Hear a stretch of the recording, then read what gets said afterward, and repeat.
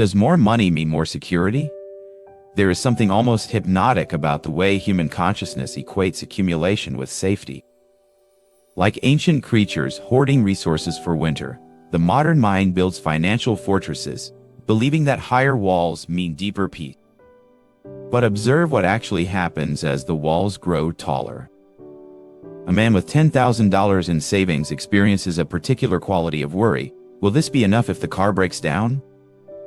At $50,000, the worry shifts its focus but retains its intensity. What if there's a medical emergency?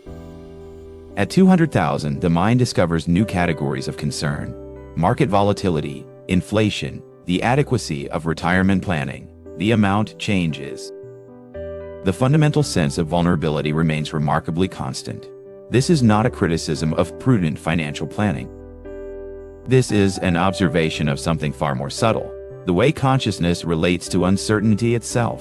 Watch a child building a sandcastle. They work with complete absorption, adding towers and walls, not because they believe the castle will protect them from anything, but because the building itself is satisfying. When the tide comes, they may feel momentary disappointment, but they do not experience existential terror. They have not yet learned to confuse temporary structures with permanent security. Somewhere in the transition to adulthood, we begin to imagine that if we can just arrange our external circumstances correctly, we can eliminate uncertainty from life. Money becomes the primary tool in this impossible project. The interesting thing about security is that it exists primarily as a feeling, not a fact. Two people with identical financial situations can experience completely different levels of security.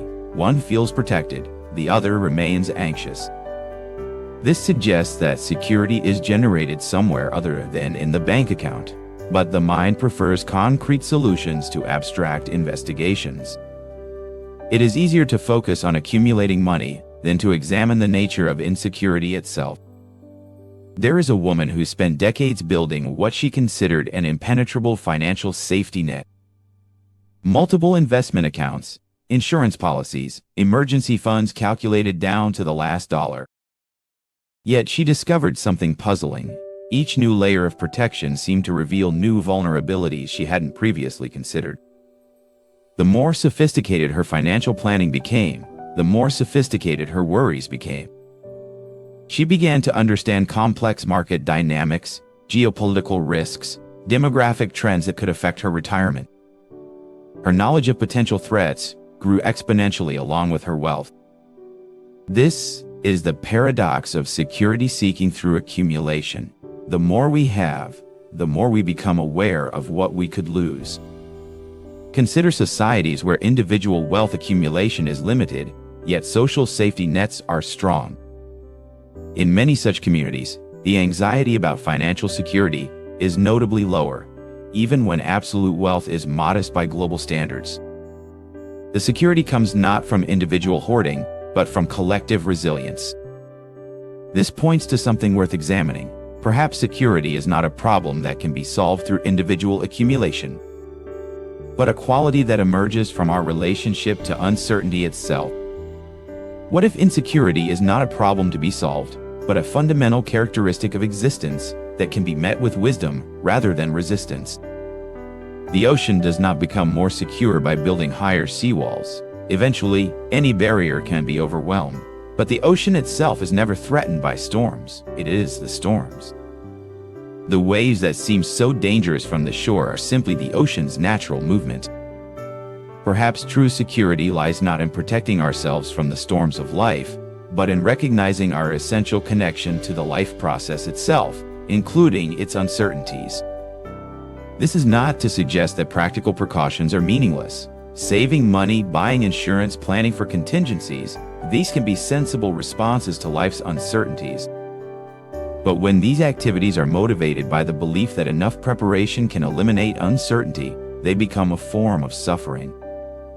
The mind that seeks security through accumulation is like someone trying to make the ocean safe by building bigger boats. No matter how impressive the vessel, the ocean remains vast, powerful, and ultimately unknowable. But what happens when we observe our relationship to security without immediately trying to fix it? When watch the mind as it calculates risks and plans defenses, without getting caught up in the urgency of its projects. In that observation, something interesting emerges. We begin to see that insecurity is not actually a problem to be solved, but a signal that we are alive, engaged with an uncertain world. The feeling of insecurity is not evidence that we need more money. It is evidence that we are human. The person who feels completely secure in an uncertain world is either deluded or disconnected from reality. Some degree of insecurity is not pathological. It is intelligent. It keeps us alert, responsive, adaptive. The question is not how to eliminate insecurity, but how to be in relationship with it. Can we feel uncertain without being consumed by anxiety? Can we take practical precautions without being driven by fear? There is a quality of security that has nothing to do with external circumstances. It is the security of knowing that whatever happens, something in us can meet it. Not necessarily overcome it, not necessarily solve it, but meet it with awareness. This security cannot be purchased. It is not stored in banks or invested in markets. It emerges from a willingness to be present to life as it actually is, rather than as we think it should be. In the space between fear and false confidence, something else becomes possible. A kind of grounded presence that neither seeks guarantees nor pretends they exist. A quality of being that remains stable not because external conditions are controlled, but because the relationship to uncertainty itself has been transformed. What is this that needs no fortress? This safety that requires no accumulation, this peace that emerges not from having enough, but from being enough.